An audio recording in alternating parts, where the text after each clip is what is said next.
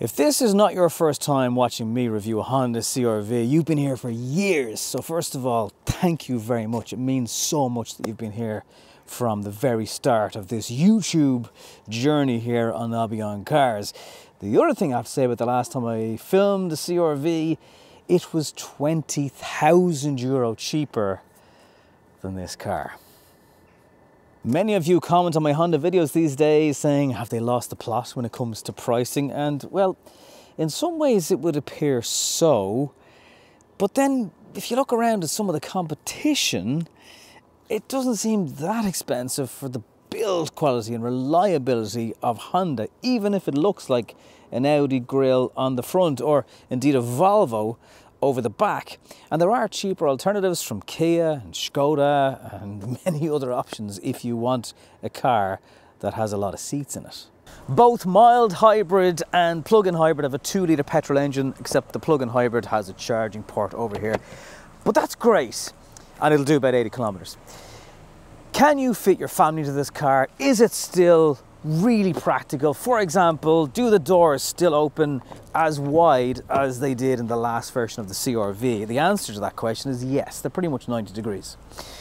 And that will make life easier for you if you have kids. So as a family wagon, it has got more expensive, but it's still brilliant. Oh, and these doors are quite light. Sometimes you think you've closed them, but you haven't. It makes it easier for kids to close them, but as an adult, you might think you've flung it hard enough, but you haven't. In the top trim, the black looks great. You just look at the roof bars and you know this car means business for a family. What do you think of those lights? They are very, very Volvo-like. The plug-in hybrid version of the car weirdly gets the biggest boot, because generally that's not always the way it works. The mild hybrid, which can come in 4-wheel drive, uses more space basically down here. So you're over 600 litres in the plug-in hybrid version of the car. And that is on a par with things like the Skoda Kodiaq. Similarly, if you want the plug-in hybrid Kodiaq, which will be cheaper, you can't get that in 7 seats. And Honda Ireland are not bringing the 7-seater version of this car here, so it's only a 5-seating option. And that's possibly a problem for some people. Just for context, here's a really small carry-on bag.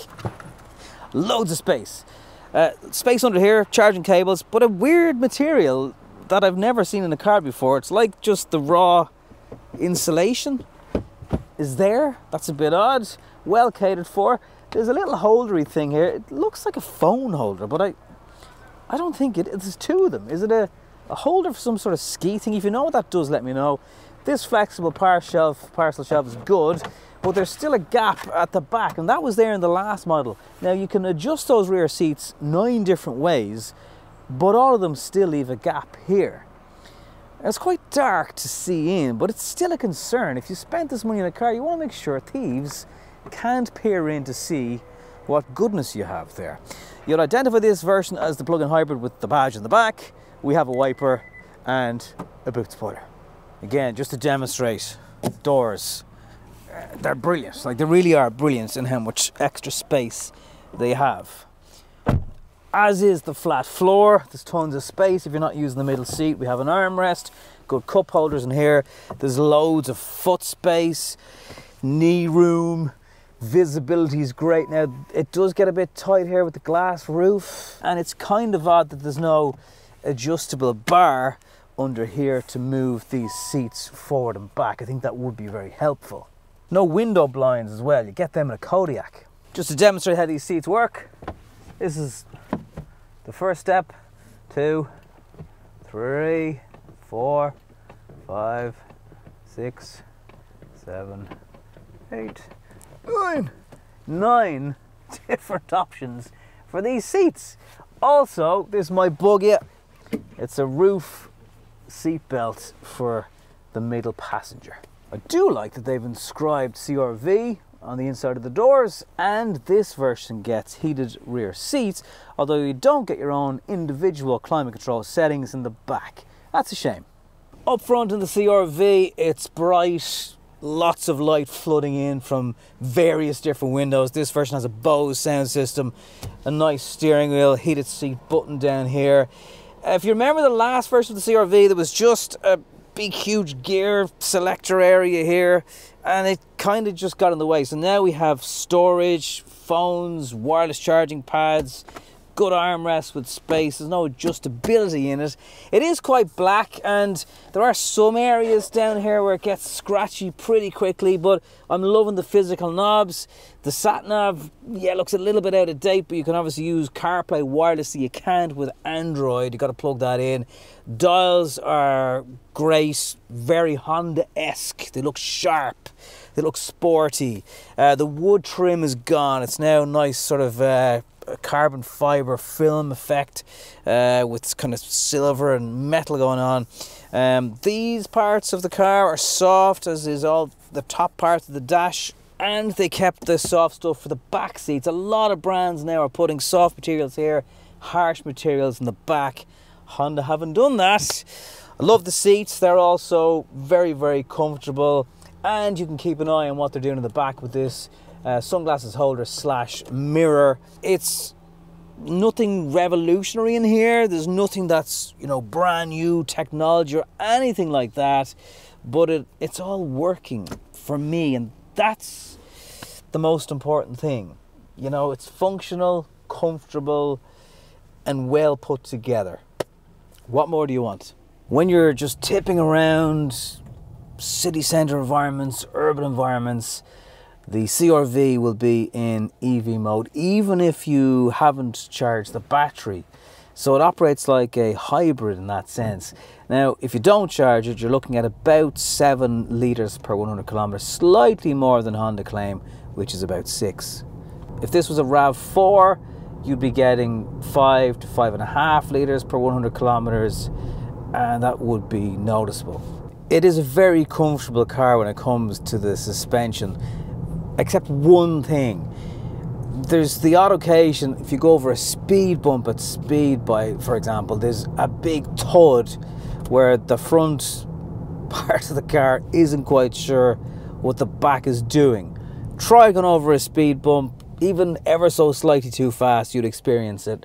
And that's it. Now, if you're pushing it on, it's quite a soft, comfortable setup, but that trade-off is it can be a little bit floaty at times. So again, not a car full of kids in the back that you're going to want to be chucking around the place. Handy little feature, but it's only on the left-hand side, which I suppose is perhaps your most blind spot when it comes to cyclists and things. But if you put on the indicator, you get a little camera that gives you the blind spot on the left. So the way the CVT gearbox works, there's 2 gears in it, which is quite unusual, and it means, if I put it into sport mode, I get this sort of engine noise, but it means when you're really revving it, you don't get that strangled cat sound that you get with a typical CVT gearbox. So that's actually very welcome. The plug-in hybrid version of the car can actually tow more than twice as much as the mild hybrid. So you're looking at 1,500 kilos if you get the PHEV. Every safety aid you can imagine is on the car: blind spot, frontal collision, rear traffic avoidance, all those things. So it will beep a lot at you if it thinks you're not behaving yourself. Things like turning off the speed sign recognition is quite tricky. There's lots of settings in the screen, and a lot of them won't work when the car's on the move. You've got to be parked for them to operate. This version of the car is front-wheel drive, but it has enough power that it's never really going to cause problems. There's, in terms of grip, there's the speed sign beeping. Seats, as I mentioned, are very comfortable, good seating position, lots of visibility around the car. So, like, it is a solid set of wheels to get around on. It's not going to be any way different really to drive compared to something like the RAV4 PHEV, for example.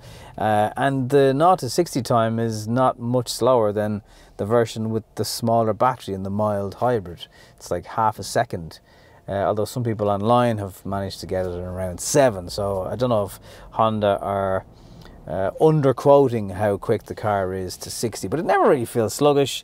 And especially when you got the PHEV and just the EV mode on, a lot of torque, a lot of seamless pulling away from lights and stuff, and very, very quiet. One of the areas this really does stand head and shoulders above some of the other brands is that CVT gearbox. It's much more refined, and when you spend the price of this car, which is just shy of 70 grand, you don't want your car to sound screechy and moany and like it's underpowered, and it's not, but the sound can make it feel like that, and it doesn't exist in the C-RV, and it's all the better for it. Certainly it's a bit floaty at times if you're hammering into corners. I don't think that really is going to be the style of driving for a family SUV. One thing that really is the biggest elephant in the room is the price. This is still a cracking car from Honda, despite a couple of the flaws that I pointed out.